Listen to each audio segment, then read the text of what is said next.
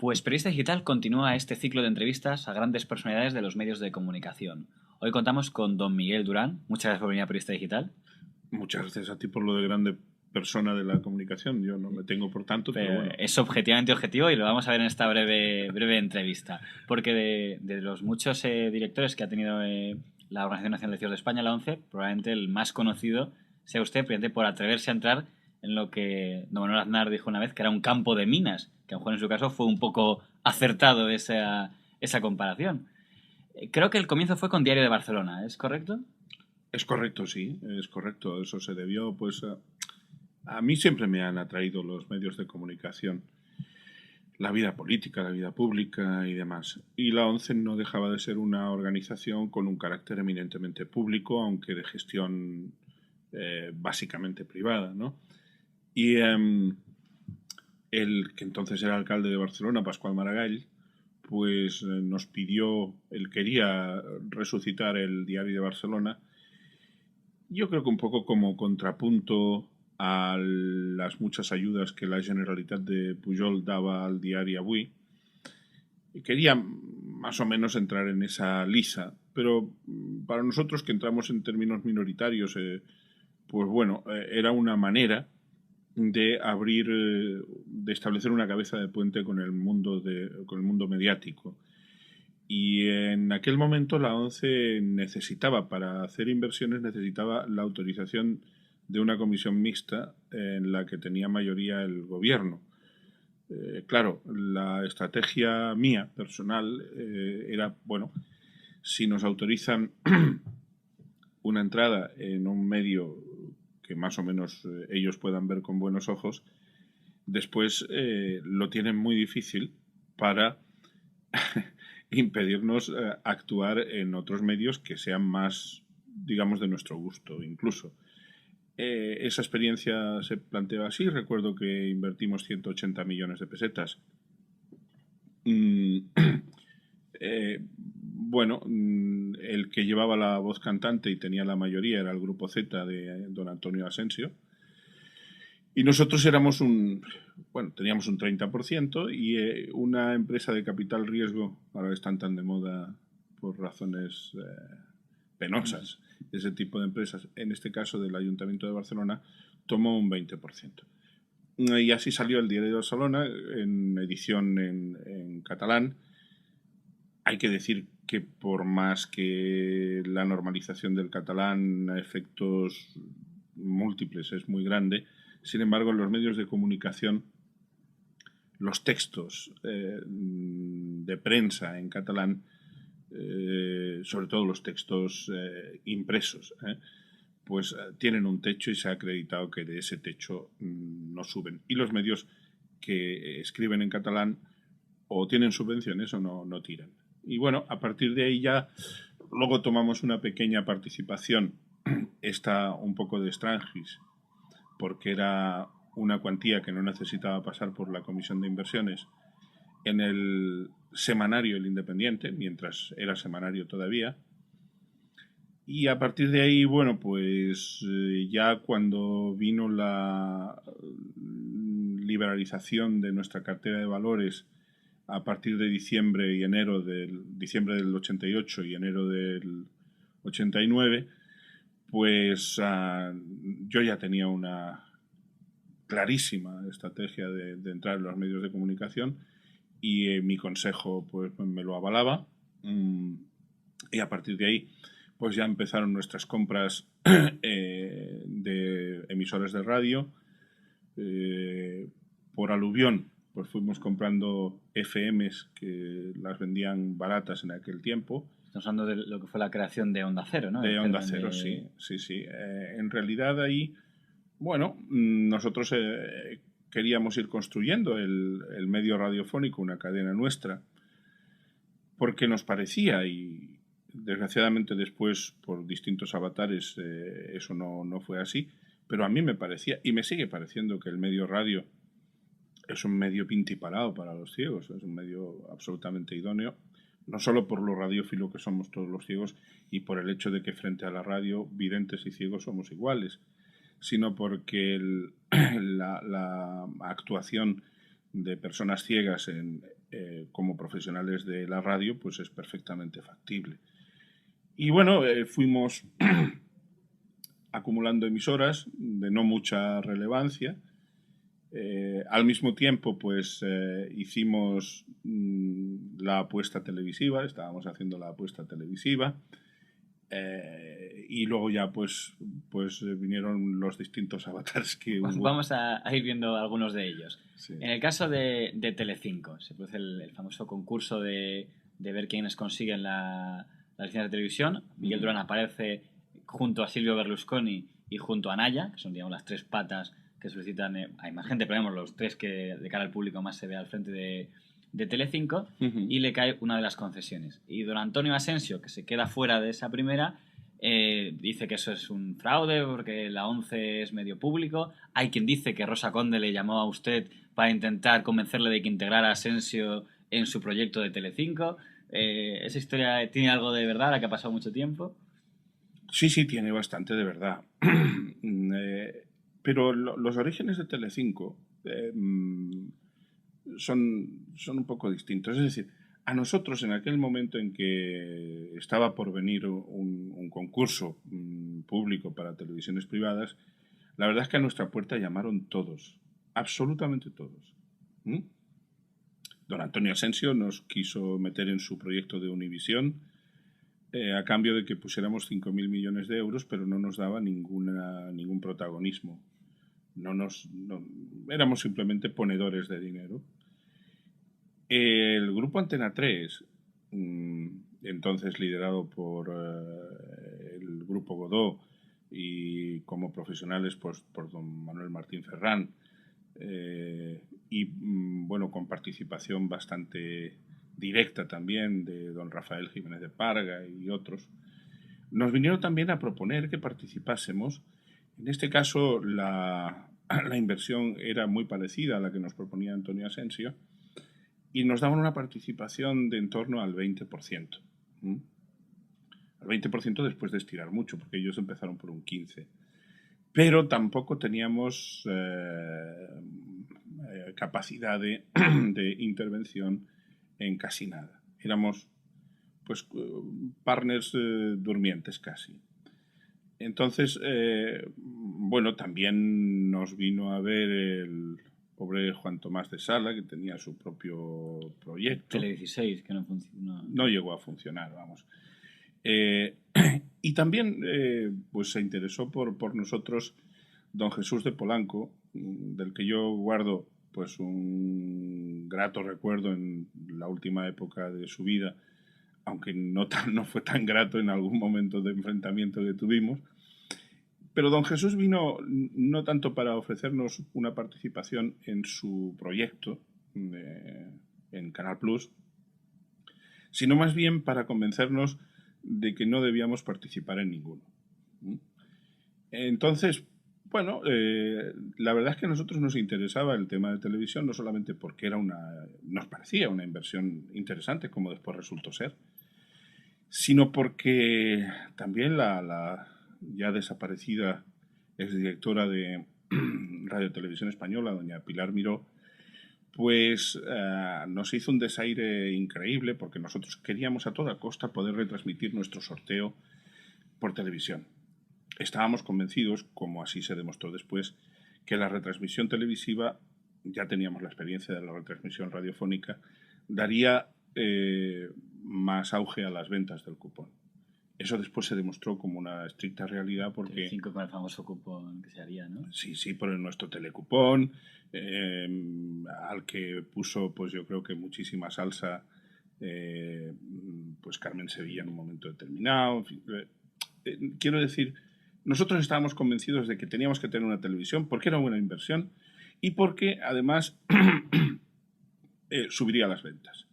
Luego, lo de que eso nos diera, digamos, otro tipo de ventajas o valores añadidos, pues también, ¿no? Pero es que doña Pilar Miró nos pedía 1.000 millones por retransmitir nuestro sorteo 2 veces al año por Navidades. Y claro, el entorno de televisiones que nos venían a ver, pues nos ofrecían participación accionarial y lo del sorteo también.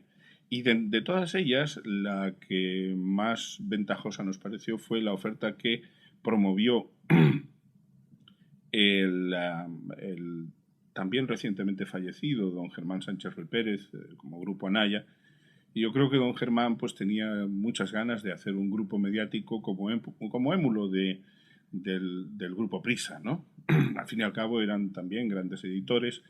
Y yo pienso que alguien le debió decir al bueno del señor Sánchez Ruy Pérez pues que tenía que imitar y ser mejor que Polanco, ¿no? Claro, porque lo que iba a contar, cuando empieza a emitir Telecinco, ya se ha ido Anaya, Germán Sánchez Ruy Pérez, y ha entrado, creo que el Grupo Kio fue más o menos el que cogió el... ¿Qué pasó para que se fuera ese divorcio entre Once, Berlusconi por un lado, Anaya por otro lado? Bueno, en realidad te explicaba que nosotros escogimos esta opción porque tenía muchas posibilidades de salir. Venía, pues, en fin, muy avalada con posibilidades de salir. Igual que sabíamos que Antena 3 saldría. E igual que pensábamos que, en efecto, tal como el propio Polanco decía, o se le atribuye por lo menos, el gobierno, son palabras que se le atribuían a don Jesús, no tendría cojones de negarle una concesión. Se quedaba fuera Asensio. Se quedaba fuera Antonio Asensio. Es verdad que, bueno, cuando nosotros optamos por el proyecto Berlusconi llega a este proyecto un poco porque la agencia Contrapunto, que es la que nos hizo a nosotros el anuncio del cuponazo, de la famosa cola del cuponazo, pues nos lo aconsejó. Era un operador televisivo de primer orden y ni el Grupo Anaya ni nosotros teníamos experiencia en este sentido. Bueno, se configuró así un accionariado del que salió el que también originariamente estaba, que era el financiero Jacques Achuel, y pues el accionariado era el 25% Anaya, el 25% Fininvest, o sea, el grupo Berlusconi, y el 25% la ONCE. El 15% lo tenía otro señor que venía de la mano de Anaya, y el 10% lo tenían unos socios que sustituyeron a Jacques Achuel, que nos habían hecho a nosotros nos habían hecho la delegación de la ONCE en Badajoz, les conocíamos, era gente que solamente quería invertir y nada más. Pero, bueno, cuando se produjo la noche del 24 al 25 de agosto, el 25 fue el Consejo de Ministros, tuvo lugar el Consejo de Ministros que otorgó las concesiones, sí que es verdad que se nos trató de, entre comillas, imponer, mediante una sugerencia muy vehemente por parte de la portavocía del gobierno, que renunciásemos los mayoritarios a un porcentaje de acciones y que entrase el Grupo Z. Yo naturalmente les comuniqué al resto de mis consocios que si ellos querían ceder a algún porcentaje que me parecía bien por su parte, pero yo no pondría ninguna objeción, pero que la ONCE no iba a ceder absolutamente nada. Berlusconi, por supuesto, no tenía puñetera gana de que entrase Antonio Asensio allí, y Germán Sánchez Ruy Pérez ni te cuento. Total que se otorgaron las concesiones y el bueno de Antonio, pese a que habíamos sido socios suyos en el Diario de Barcelona y que él mismo había intentado convencernos de que entrásemos en Univisión, pues desencadenó aquella campaña de la que también fueron partícipes los señores de Antena 3. Pero estas son las contradicciones, las incoherencias de mucha gente, ¿no? Porque fíjate en lo singular que es que gente que te ha venido a pedir que inviertas en lo suyo, luego te discuta tu capacidad de inversión simplemente porque has elegido a otro, ¿no? A ver, yo persigo una novia, pero como la novia me da calabazas, pues no permito que se case con otro, tiene que ir a un convento de clausura, ¿no? La verdad es que cuando en las hemerotecas, pero cuando hemos visto cosas del Independiente, cuando el Mundo se metía mucho con el Independiente diciendo de cómo es posible que se permita que la ONCE tenga un periódico, el Independiente responde, el Mundo también había pedido ayuda a la ONCE. No solamente ayuda, el Mundo, concretamente, yo tuve el 10 de abril del año 91, tuve en mi despacho a don Pedro J. Ramírez, porque yo siento una indudable admiración profesional. Don Alfonso de Salas, que era presidente en ese momento de Línea Editorial, y don Balbino Fraga. Los tres vinieron a convencerme de que invirtiéramos aproximadamente unos 1.500 millones de pesetas en el mundo a cambio de un 15%. Y luego criticaron que la ONCE tuviera periódicos. Claro, pero estas son las cosas que yo creo que ocurren, ¿no? Es decir, nosotros éramos, en aquel momento éramos una fuerza emergente. Teníamos mucho éxito desde el punto de vista económico, porque cualquier reforma del cupón que hacíamos pues era un exitazo. Y yo creo que había gente que pensaba, bueno, estos tíos, de golpe y porrazo aquí con tanta pasta, y además no sabrán ni qué hacer con ella. Y probablemente alguno debió pensar que el símil que yo he puesto muchas veces y que me parece por lo menos atinado, ¿no? Es decir, vemos como la niña rica un poco tonta, fácil de seducir, que cuenta con una excelente dote y que después puede ser una esposa complaciente y consentidora, ¿no? Entonces, claro, nosotros no éramos eso. Yo reconozco que alguna vez, puesto que estaba convencido de que quienes venían a pretendernos había esas intenciones, incluso les induje a pensar que era así. Pero ya por una cierta maldad por mi parte lo reconozco. Y en el caso que antes habíamos dejado de cuando se decide ir a Naya y entra Kio, se dijo que era porque usted no se sometió a, digamos, la línea editorial guerrista que quería Naya. ¿Es que era exagerado decir esto? No, quizá es exagerado en cuanto a guerrista, porque yo tengo que deciros que yo no tuve nunca la más ligera presión por parte de don Alfonso Guerra, nunca. Don Alfonso Guerra fue especialmente respetuoso con nuestra independencia, y es más, el Grupo Anaya sale de la accionariado de Telecinco el día 19 de enero del año 90,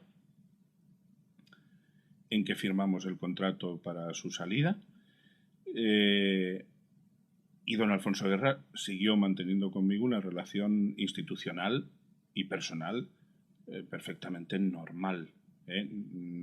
Es decir, fue una persona que jamás demostró ningún tipo de inquina o de animadversión a nosotros porque el accionariado de Telecinco no tuviera ya en su seno al señor Sánchez Ruy Pérez. Yo creo que eran otros los que querían dar esa pátina a Telecinco, esa pátina de línea editorial más o menos próxima al entorno del entonces vicepresidente.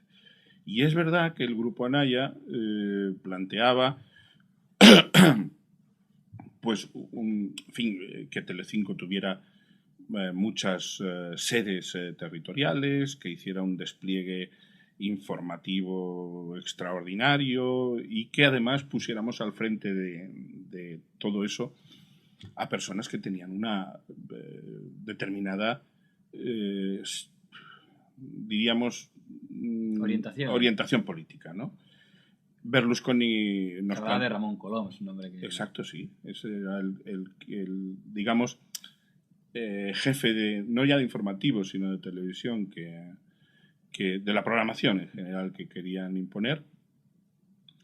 Berlusconi, tuvimos un consejo de administración el día 13 de septiembre del año 89, en el que Sánchez Ruy Pérez y Pedro Higuera plantearon eso. Yo la verdad es que me quedé muy sorprendido en ese momento. Berlusconi se marchó echando fuego por los colmillos en aquel momento. Y el día 14 me llamó para decirme que si nosotros estábamos con el Grupo Anaya en ese diseño, que él prefería poner a la venta sus acciones. Yo le dije que nosotros no estábamos por esa labor, que nosotros habíamos invertido en una televisión comercial y que contase con nuestra alianza. También le dije que el tema se iba a poner muy crudo, como en efecto ocurrió, porque la gente del Grupo Anaya, al no poder hacerse con la mayoría y al no obtener del vicepresidente del gobierno lo que seguramente pretendieron, en el sentido de que nos intentara forzar, pues trataron de hundir la televisión. La verdad es que habló usted de la televisión comercial. Cuando se habla mucho de Telecinco en sus inicios, siempre se acaba hablando de las Mamachicho y de Valerio Lázarov.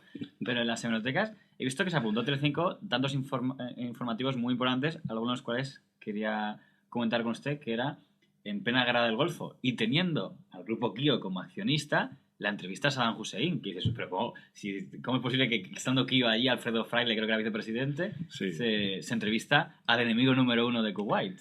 Bueno, en realidad no era propiamente el grupo Kio, era Javier de la Rosa, pero bueno, que en aquel momento el dinero, nosotros no sabíamos propiamente, el dinero lo ponía pues Tibidabo y bueno, pues podían venir de préstamos del grupo Kio.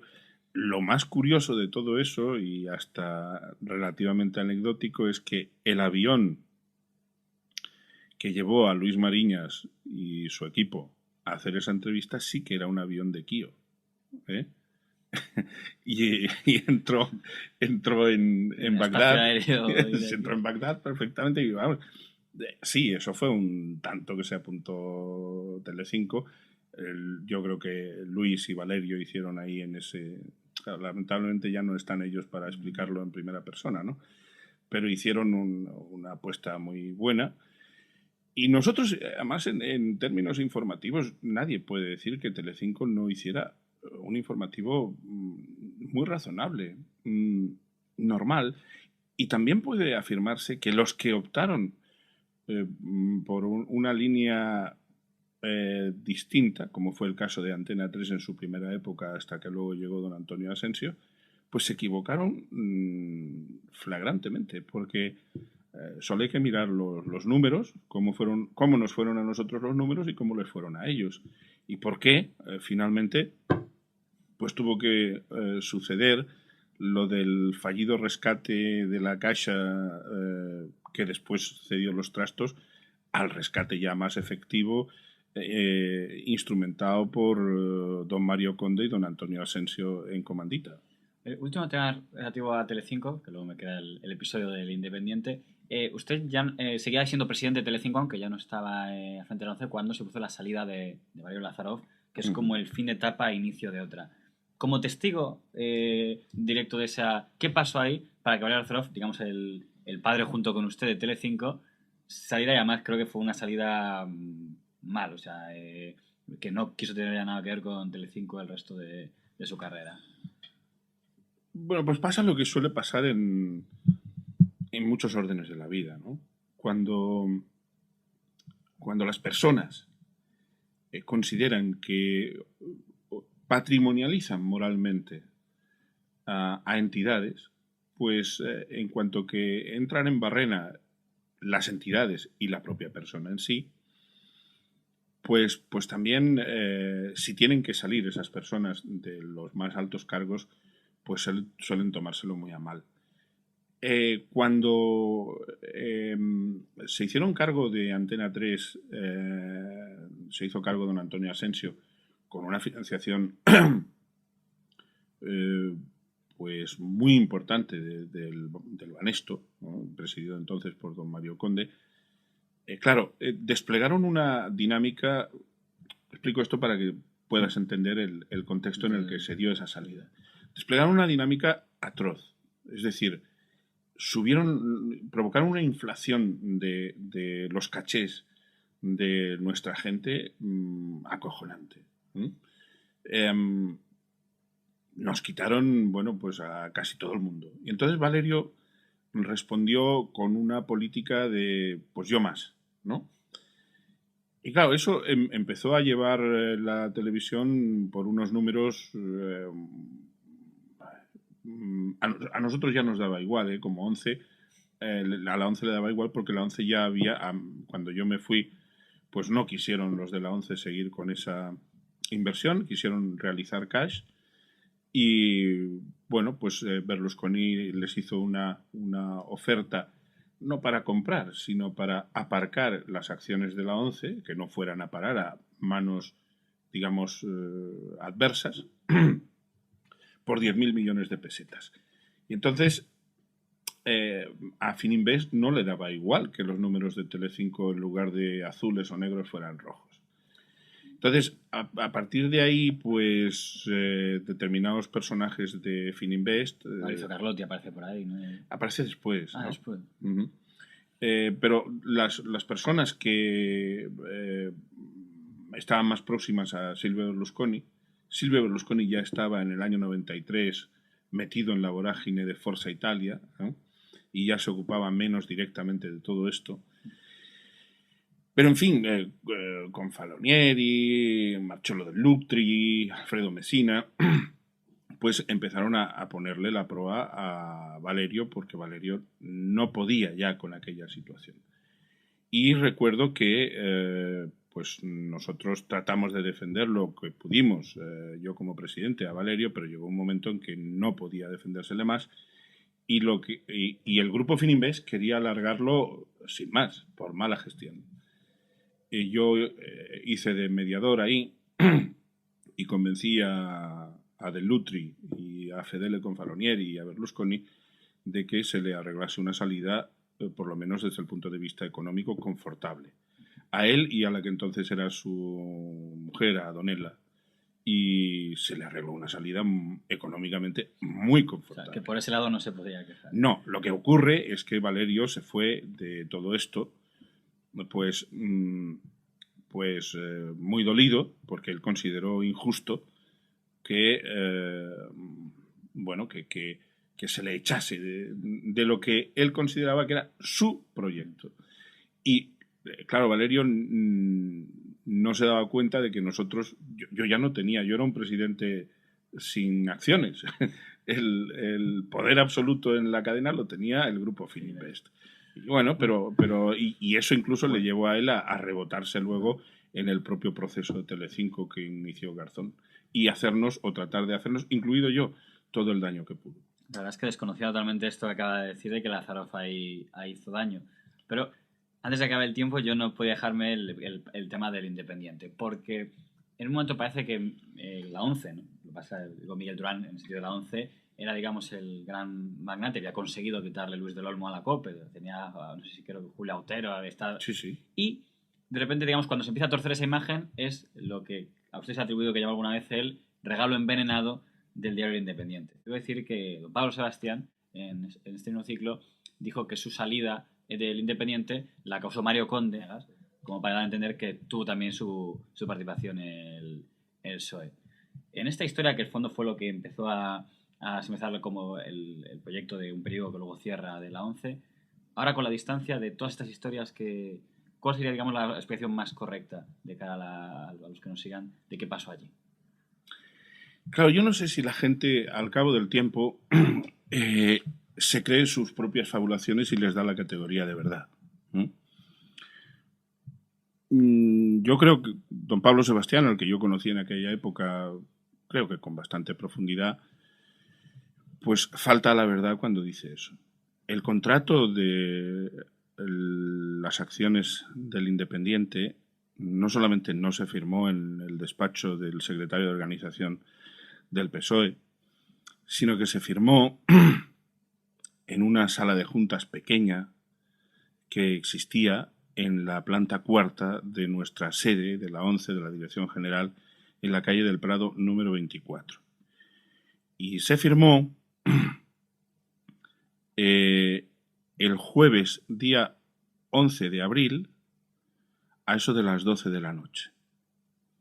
Yo estoy dando detalles. Si esto lo tuviera que analizar un juez, podría... Sí, he visto que en todos los relatos siempre recuerdas muy bien las fechas. En todo esto. Sí, porque debe ser que... debe ser verdad eso que dicen de que la memoria es el privilegio de los idiotas, ¿no? Pero bueno, no, que no se me ofenda a nadie que sea un memorión, que yo no lo estoy... Yo me estaba autocalificando a mí. Yo recuerdo siempre... No las tengo escritas, por cierto. Alguna vez me han propuesto hacer memorias, pero me da pereza y además yo no me considero tan relevante como para hacer memorias. Pero cuando me preguntan, pues... Entonces, que no fue en la sede del Sol, fue en un despacho, fue en nuestra sede, acudieron los representantes de don José Osinalde, que en aquel momento era el propietario del Independiente, acudieron esa noche a firmar, después de que se concretaron todos los términos de la venta de las acciones, que se nos vendieron a precio absolutamente simbólico, excepto por lo que eran bienes tangibles, como era la rotativa y una nave, que sí se nos vendió por su precio de mercado en aquel momento. Pero debo decir que don Pablo Sebastián, esa misma tarde-noche, había estado en mi despacho de la calle del Prado 24 para rogarme una vez más que por favor no dejáramos caer aquella operación, que era la salvación del Independiente, que él prometía seguir en la dirección, porque era la condición que yo le puse. ¿Está usted en la operación de que la ONCE comprara las acciones de Osinalde? ¿Él estaba a favor de esa...? Absolutamente, absolutamente. Él estaba totalmente a favor. Si yo tengo incluso pruebas, que espero que el señor Sebastián no quiera retarme un día a sacarlas, porque son pruebas irrefutables, de que él estuvo en mi despacho varias veces, bastantes veces, pidiéndome exactamente eso. Y él sabe que yo le pedí que él siguiera en la dirección del Independiente, por lo menos hasta que enderezásemos la situación económica. Bien es verdad que en la dirección estrictamente editorial, vamos, como director del periódico, pero que la gestión económica tenía que entrar en otros derroteros. Es que me da rabia porque nos estamos quedando ya sin tiempo y únicamente para terminar este episodio no me da tiempo preguntarle por el Grupo Intereconomía, del que me habían dicho que era uno de los fundadores. Pero bueno, por terminar, ¿por qué cerró el Independiente? ¿Qué pasó allí? Porque cuando nosotros, primero porque a nosotros se nos tendieron trampas ahí. Es decir, yo creo que el señor Sebastián tenía una estrategia preconcebida de empezar, una vez él se marchase y recibiera la indemnización de 98 millones de pesetas que recibió, pues él tenía, estoy seguro de esto, tenía la estrategia de marcharse y vilipendiar en todo lo que pudiera la actuación de la ONCE y por tanto cargarse el Independiente. Es lo que hablábamos antes, es decir, hay gente que cuando se sienten padres de una cosa, y yo lo comprendo, es un sentimiento muy humano, no me parece aceptable, pero es la condición humana. Pues yo creo que el bueno de Pablo tenía eso, es decir, bueno, yo me tengo que deshacer del Independiente, lo he hecho de forma que ya nadie pueda venirme con cuestiones económicas y además salgo pues con una indemnización razonable, buena, para aquella época pues casi 100 millones era una indemnización. Y a partir de ahí, pues como ya no estoy, si puedo, me lo cargo. Pero Pablo Sebastián no fue el principal culpable de que el Independiente tuviera que cerrar. El principal culpable, o los principales culpables, fueron los otros agentes mediáticos, encabezados por el Grupo Prisa, pero también con la colaboración más o menos activa de todos los otros grandes grupos, que nos cogieron miedo porque dijeron, bueno, estos tíos tienen una televisión, una cadena de radio, una agencia de noticias y ahora un periódico independiente. Además, alguien filtró una idea que es verdad que yo tenía, que era la de que nuestra propia red de ventas pudiera vender el periódico, que era un dispositivo formidable, claro. Y nos cogieron miedo y nos quisieron hundir. Y al final lo consiguieron porque además mi gente de la ONCE no supieron resistir esos ataques y como además yo había suscitado ya muchos celos y muchas envidias, pues el individuo a batir era yo. Pues me da mucha rabia porque me han quedado muchos temas que preguntar. Espero que pueda tener otra ocasión para hacerlo. Cuando queráis, yo estoy a vuestra disposición mientras la memoria no me falle. Pues muchas gracias por haber venido aquí a Periodista Digital, don Miguel. Gracias a vosotros.